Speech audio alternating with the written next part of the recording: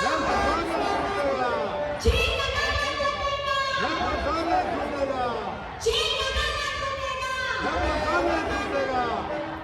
सभी को यहाँ आने के लिए अपने हृदय की गहराइयों से मैं आप सभी को आभार प्रकट करती हूँ। जोहार।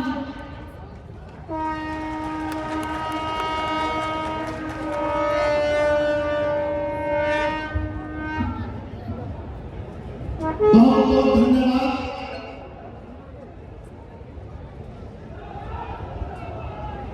कल्पना जी को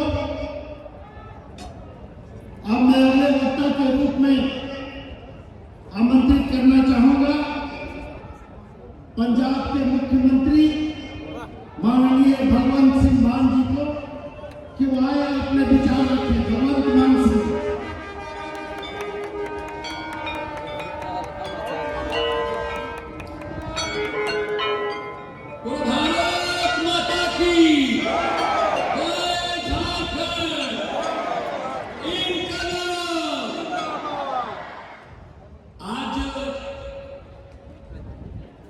बिरसा मुंडा जी की धरती पर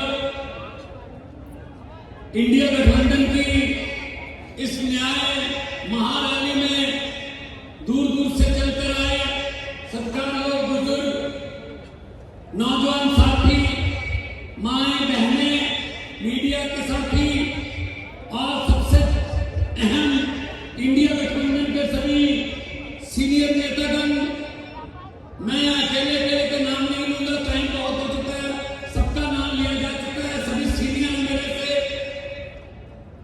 आज ये कोई राजनीतिक रैली नहीं है, ये कोई शक्ति प्रदर्शन नहीं है, ये संविधान को, लोकतंत्र को बचाने का एक संकल्प लेने के लिए हम यहाँ पे इकट्ठे हुए थे।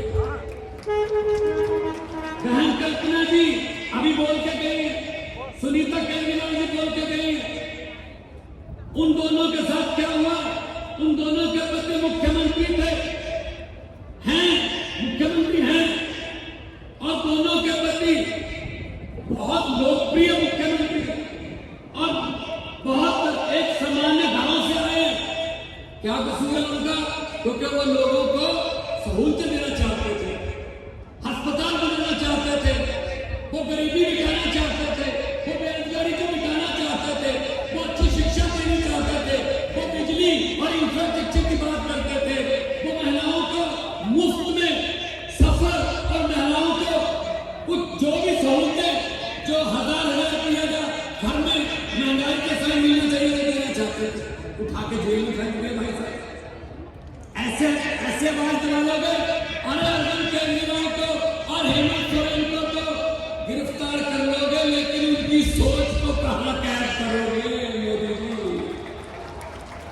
ये दो कुर्सियां खाली पड़ी, ये दो कुर्सियां खाली पड़ी। मीडिया वालों को मैं कहता हूं क्लोजअप लेके रख लेना, ये खाली कुर्सियां ही बीजेपी की सभी कुर्सियां खाली करवाएंगे। देख लेना इन्होंने समझ क्या रखा देश को। ये देश किसी के बाप की जगह नहीं है, ये देश 140 करोड़ लोगों का देश है, देशभक्त लोगों का देश है। ये समझते हैं हम जेल में डाल के आवाज दबा लेंगे, हम जेल में डाल के पार्टी खत्म कर देंगे, किसी के एमएलए तोड़ दो, किसी के एमपी खरीद लो, किसी के खाते फ्रीज कर दो, सामने कोई लड़े ना पाए। अरे भाई, अगर आपको मोदी की लहर पर इतनी यकीन है तो हेमंत सोरेन और अरविंद केजरीवाल जैसे मुख्यमंत्रियों से, देश के लोगों से डरते क्यों हो? डरते क्यों हो? और कसूर कोई नहीं है। 6 महीने बाद संजय सिंह जी को ईडी ने क्या कहा? 6 महीने बाद कहा हमारे पास सबूत नहीं है जी, छोड़ दो। ऐसे ही हेमंत सोरेन के बारे में कहेंगे, ऐसे अरविंद केजरीवाल जी के बारे में कहेंगे। बस ये डर है, क्योंकि ये लोकप्रिय नेता हैं, क्योंकि जहां भी जाते हैं भाजपा का सूखा साथ हो जाता है। ये डर है, ये डर उनको मैं कहना चाहता हूं, भाजपा वालों को मैं कहना चाहता हूं कि हम वो पत्ते नहीं जो शाख से टूट कर गिर जाएंगे। आंधियों को कह दो अपनी औकात में रहेंगे। ये दोनों कहने हैं हमारे, और ये दोनों आज बैठी है और कॉन्फिडेंस से बोल भी रही है। वरना आपको पता है ईडी का चक्कर हो जाए तो परिवार में सन्नाटा छा जाता है। लेकिन मैं दाद देता हूं और तालियां चाहता हूं इन दोनों के लिए कि कम से कम ये आके संदेश कर रही है अपने पति। 31 मार्च को हमने इंडिया ग्राउंड में सारे इंडिया गठबंधन को बुलाया, उसी के डर से कांप गए भाई साहब।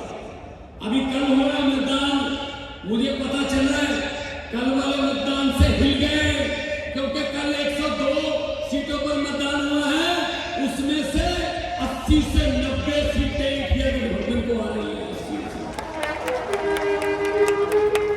इसीलिए हिल गए। तो हम तो जेल से बनने वाले लोग नहीं है, हमारी तो पार्टी आंदोलन से निकली थी। हेमंत सोरेन जी के साथ मेरी अक्सर बात होती रहती थी। हमारे यहाँ पछवाड़ा में एक कोले की माइन है हमारी पंजाब की है, उसके संबंध में दो मुख्यमंत्रियों की बात होती रहती थी। वो यही बात करते थे हर वक्त कि भगवान जी झारखंड में भी बहुत कुछ है,